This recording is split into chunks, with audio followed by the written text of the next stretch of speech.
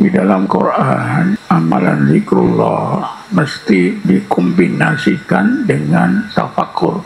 Alladzina yadhkurunallaha qiyaman wa qu'udan wa 'ala junubihim wa yatafakkaruna. Zikrullah dan tafakur mesti dikombinasikan. Katalah la ilaha illallah, itu zikirnya.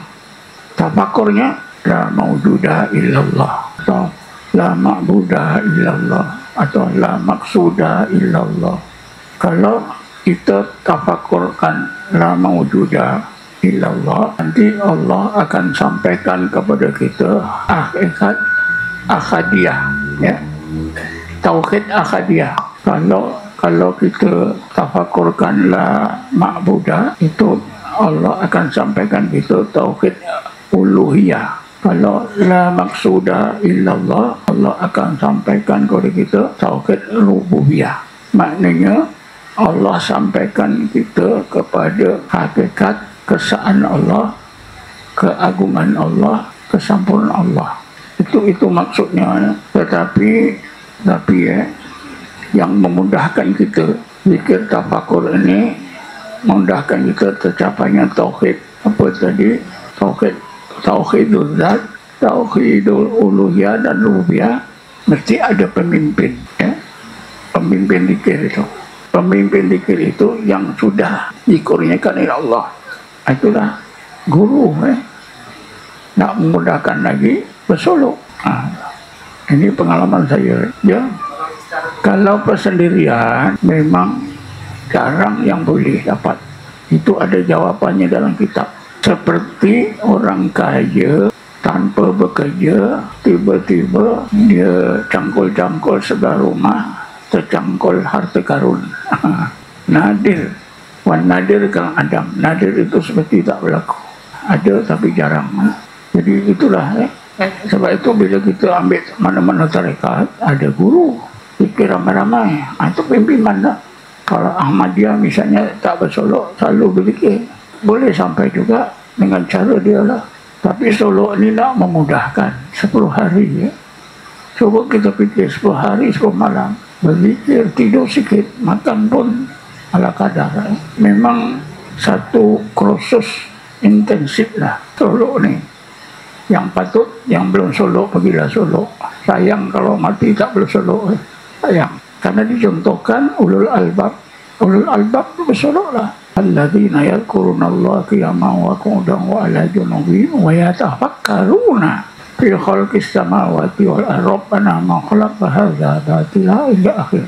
Siapa yang memimpin mereka? Rasulullah. Jadi memang bila saya cerita macam ni di mana-mana pun memang susah orang ramai nak terima. Tapi yang sangat perlu, tuan-tuan pergilah Solo. Kalau pergi Solo, saya tak payah cerita. Tuan-tuan mungkin boleh cerita pada saya pula. Ada seorang engineer, dia ikuti sarahan saya ni 2 tahun. Kemana saya sarah malam-malam, dia ikut. Makin banyak, makin lama, makin bingung dia. Macam mana nak faham. Akhirnya entah macam mana, satu masa, dia tekad dia Solo. Lepas Solo itu dia jumpa saya. Dia cerita pengalaman Tuan. Barulah saya faham bila saya Solo ni. Apa yang Tuan ajar sama dia. Itu bahasa dia. Barulah saya faham lepas saya Solo. Kata saya dulu itu juga. Lepas Solo itu baru saya faham. Kepentingan zikir, kepentingan Solo itu baru boleh faham. Sebelumnya itu memang saya diajak Solo oleh kawan pun paksa-paksa. Paksa je. Mari Ustaz Solo, mari Ustaz Solo. Saya kira aja banyak kerja, tak boleh cuti. Tapi satu masa itu dah tak boleh lah pergi. Tapi barulah tahu. Inilah amalan yang jauh daripada alam kita. Kita tak pernah dengar Solo ni apa. Masa itu tuan-tuan, Pusat Islam bahagian penyelidikan, ada laporan Solo ini adalah ilmu yang amalan yang ditiru daripada sami-sami Hindu yang melakukan pertapaan. Imam Ishaq pun dituduh macam tu lah. Ishaq yang melakukan pertapaan pada tahun 92. 2 sebab. Pertama, Imam Ishaq mengajar orang ramai betapa seperti pertapaan sami-sami Hindu. Tak boleh makan benda bernyawa.